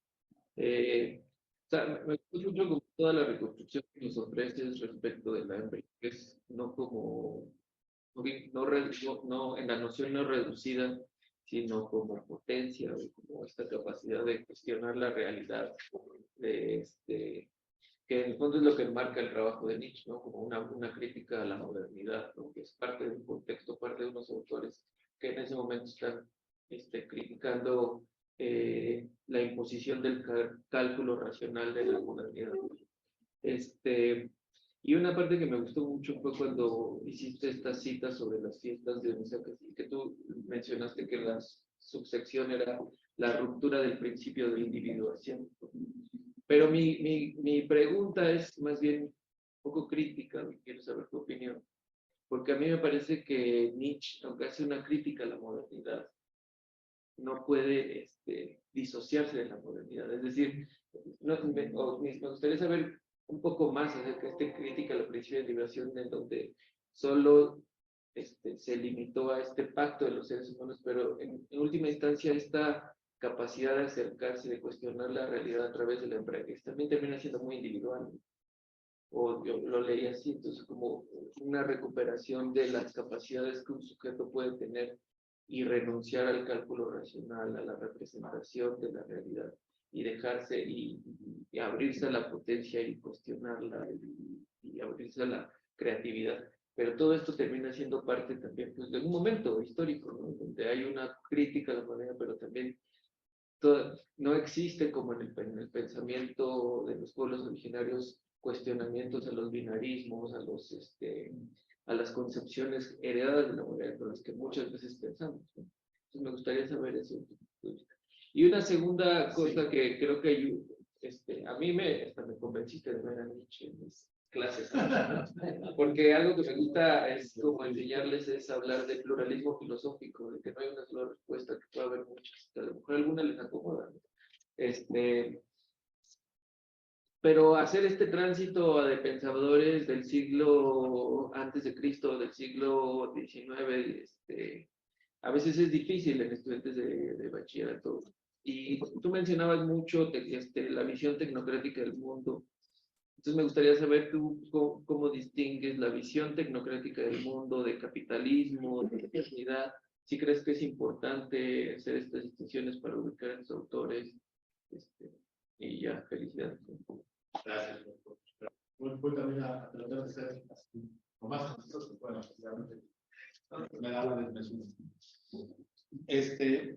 Voy a empezar con la segunda pregunta, el concepto de tecné. O sea, tenemos que volver a reflexionar sobre el concepto de tecné, que en realidad, por ejemplo, es lo que después se traduce al latín como ars, como arte. Y recordemos que el sentido contemporáneo de las bellas artes es del siglo XVIII para acá, ¿no? Entonces, en ese sentido, la palabra arte tiene un alcance mucho más amplio, ¿no? De hecho, por ejemplo, para ser escritor, tú no te haces escritor estudiando historia de la literatura, sino escribiendo, haciendo un taller, ¿no? Entonces, me parece que estas sociedades tecnocráticas, mal llamadas tecnocráticas, precisamente se construyen en base a un significado filosófico muy reducido de la técnica. Es un sentido muy primario, ¿ah? Cuando la técnica puede abarcar ámbitos más amplios. Por ejemplo, si nos vamos a Grecia, la tecne poietike, que es, por ejemplo, de lo que habla Platón, ¿no? La poesía es una técnica, la pintura es una técnica, la música es una técnica, la danza es una técnica. Inclusive la técnica es lo que te permite, por ejemplo, distinguir de un buen poeta de un mal poeta, ¿no? O un pintor, o un músico, ¿no? ¿Ah? O la potencia creadora, etcétera, ¿no? Para evitar también los maniqueísmos, ¿no? De bueno o malo, ¿no? ¿Ah? Pero precisamente una de las cosas que tú aprecias, ¿no? No solo en el arte, en el deporte, ¿no? Vamos a poner un ejemplo de industria cultural. Tú ves a un futbolista y dices, ese tiene técnica y ese es un tronco. ¿Ah? ¿Ah? ¿No? Entonces, no quiero hacer falacias ad hominem con nuestros jugadores del último mundial, ¿no? ¿Ah? Pero tú dices, ese no le mete gol ni al arcoíris, por Dios. ¿Qué hace ahí? ¿Ah? Pero en el arte, igual la filosofía, hay una técnica, ¿no? Entonces, me parece que una cosa en la que podríamos avanzar sería eso, ¿no? En reflexionar críticamente sobre el concepto de técnica y ver cómo este capitalismo postindustrial, este malestar de la cultura, hace noción de un significado muy reducido de técnica y lo aplica ideológicamente. Por ejemplo, en el modelo educativo, ¿por qué separar las ciencias naturales de las humanidades? ¿Mm? Por ejemplo. O sea, eso lo tenemos que cuestionar. Y en el otro caso, por ejemplo, de la visión dionisíaca, por ejemplo, no olvidemos que no hay texto sin contexto. Y que en ese sentido, por ejemplo, lo que tiene en mente Nietzsche es las bacantes de Eurípides, ¿no? Las bacanales griegas, que es un ritual colectivo, que es lo más parecido que tenemos ahora el carnaval, ¿no? Entonces, por ejemplo, esto se da inclusive desde la visión judeocristiana. Y ahora cualquiera habla de carnaval y pues nadie se espanta, ¿no? Ah, claro, va cambiando, ¿no? Sí hay una primacía de lo individual ahora, precisamente por el tipo de sociedad, pero el reto es poder romper ese paradigma hegemónico, ¿no? ¿Por qué el comunismo es tan estigmatizado, vilipendiado? Pues porque es lo que está cuestionando. O sea, nuestro contrato social se basa en los derechos del hombre y del ciudadano. Esa es la diferencia, por ejemplo, entre los derechos de los pueblos originarios y la Carta de Derechos Humanos, ¿no? Los derechos humanos están, la Declaración Universal de los Derechos del Hombre y del Ciudadano está enfocada en el individuo. ¿Por qué fue necesario crear la Declaración de las Naciones Unidas sobre los Derechos de los Pueblos Originarios? Por el carácter colectivo, por la relación espiritual con la tierra, por la propiedad comunal. Eso hace la necesidad de crear un régimen distinto. ¿Ah? Por eso se habla de comunidad o de comunalidad, que es distinto, por ejemplo, al comunismo como ideología, al comunismo de Lenin, ¿no? de Diego Rivera, o sea, la comunalidad es una cosa distinta, pero ¿cuál es el enemigo, ¿no? de las sociedades liberales o de las sociedades capitalistas? Pues todo lo que huela, ¿no? A comunidad, a colectividad, ¿no? Derechos colectivos. ¿Qué es eso? ¿No? Entonces, bueno, ahí tenemos una paradoja, ¿no? Tenemos el reto de construir sociedades interculturales. No sé si democráticas o no, porque hace rato se hablaba de democracia. Una asignatura pendiente es, por ejemplo, en México, en Estados Unidos o en Europa no se han dado los pasos para desarrollar una democracia intercultural. No los hemos dado, ¿no? Empecemos por ahí, ¿no? No sé si, por ejemplo, de acuerdo con Nietzsche, la democracia sea la mejor forma de gobierno, ¿no? Porque, bueno, cada cabeza es un mundo, es lo político.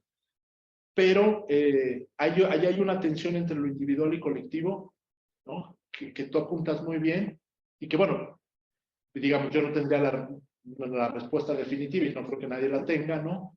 Pero sin duda es un punto en el que tenemos que trabajar cómo superar esa falsa contradicción entre lo individual y lo colectivo, ¿no? Entonces, bueno, lo que yo podría así preguntar. ¿verdad?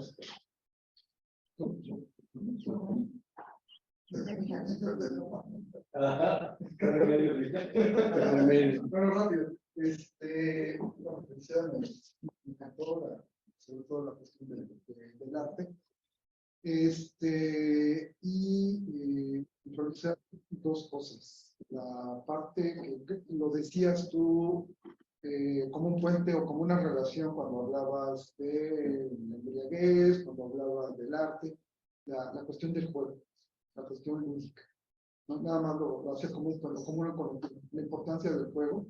Y otra cosa, retomando otra vez la cuestión del entusiasmo, viene de fauna, ¿no? Y de ahí viene nuestra palabra entusiasmos.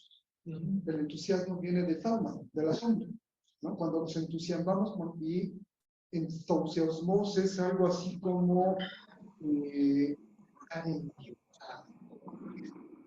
la conexión divina, no en el sentido obviamente judío-cristiano, sino este éxtasis divino, ¿no? Que nos arroba, nos arrebata, como si estuviéramos, como si esto fuera posible ser tocados en el corazón por el dedo de un ángel, ¿no? O sea, imaginemos ese contacto, pues lo que nos provocaría, o por el dedo del mismo Dionisos, ¿no? Esas dos cosas. No, sin duda, esa presión es muy importante, ¿no? Del trauma, del asombro. Creo que puede ser también equivalente a lo que Nietzsche habla del embriaguez, el entusiasmo. Quizás sea un poco más preciso y menos estigmatizante, ¿no? Podemos hablar de entusiasmo, ¿no? Claro, con el matiz, lo que pasa es de que en las cargas contemporáneas, a lo mejor entusiasmo, a veces, ay, pues es muy entusiasta, y a veces queda como, échale ganas, ¿no? El pobre es pobre porque quiere y que no le echa ganas, porque no tiene entusiasmo, ¿no? Y entonces todas esas ideologías, o a veces al entusiasmo, por ejemplo, se le da una carga como más ligera, ¿no? Como más ingenuo, como, ay, mira qué entusiasta, ¿no? ¿Ah? Pero va por ahí, por el punzante análisis que haces del trauma, del asombro. Yo los juntaría, ¿no? Sí. ¿Ah? Además, por ejemplo, tú estás haciendo un análisis filológico que Nietzsche no hizo, siendo el filólogo, ¿no? Pero él no se va por el trauma, ¿no? Él se va a la embriaguez, ¿no? Dionisos, así recio. Pero, claro, hay muchos matices y sin duda eso, por ejemplo, como estudiantes, ¿no? Digo, por ejemplo, nosotros con nuestros estudiantes, si nuestros estudiantes no tienen entusiasmo por aprender, y nosotros como docentes les contagiamos ese entusiasmo. Ahí es donde puedo quedar con una gente gratuita. Claro. Entusiasmo. Sí, entusiasmo. Hay una mano alzada aquí en Huawei Nova. Hay una mano alzada aquí entre los acompañantes en la sala Zoom. Entonces te damos la palabra. Bueno, lo que pasa es que no sé cómo. Ay, no puede ser, no puede ser. ¡Ah! ¿Estás bien? Se embriagó. Lo que pasa es que estoy en el teléfono porque mi computadora no quiso, se ha estado apagando y prendiendo y no sé si me oyen, pero Sí, sí, te escuchamos. ay, qué bueno. Me interesa muchísimo de lo que están hablando porque a mí me entusiasma muchísimo cuando a mis alumnos les brillan los ojos como de esos hoyos que nos describen en el firmamento, en el universo, cuando entienden algo que les cuesta trabajo. Eso a mí me da ese entusiasmo, esa euforia. Cuando sucede eso, me siento de otro mundo. Pero mis compañeros me dicen que eso se llama workaholic porque, pues, me encanta trabajar con los estudiantes precisamente para conseguir esos momentos. Entonces, por ahí sí va mi pregunta, pero no crean, no tengo duda, porque también me preguntan que cuándo me voy a jubilar y les contesto, pues mientras mis alumnos aprendan y yo sienta placer de trabajar, no lo voy a hacer. Entonces, ahí está mi pregunta. ¿Cómo explicarían eso de workaholic cuando nos da esa alegría, esa necesidad de trabajar para buscar esos momentos de profunda felicidad? No, pues muchas gracias por compartir ese sentimiento, ¿no? Es difícil explicar un sentimiento y gracias por compartirlo. Y bueno, independientemente del término o del anglicismo, yo retomaré eso, el entusiasmo, ¿no? Y mientras eso esté presente, pues adelante, ¿no? Creo que eso es la base de todo. Y bueno, pues al contrario, le agradecemos mucho que haya compartido con eso y si lo siente, pues adelante, no se detenga. No se jubile. No se jubile. Bueno, la realidad es que los he estado hoy, me ha costado trabajo seguirlos porque la señal estoy en Chapingo y la señal en mi cubículo es mala, mala, mala. Así que se me ha apagado el telefonito, he tenido que salir y ahorita estoy en el coche cargando el teléfono. Okay. Entonces, Muchas gracias. discúlpenme, pero pues así se dio. No se preocupe, está muy bien. Pues le agradecemos a todos ustedes y por supuesto agradecemos, ahí deje prender mi cámara. Agradecemos al doctor Osiris esta provocación fuerte, estética, política, ¿no?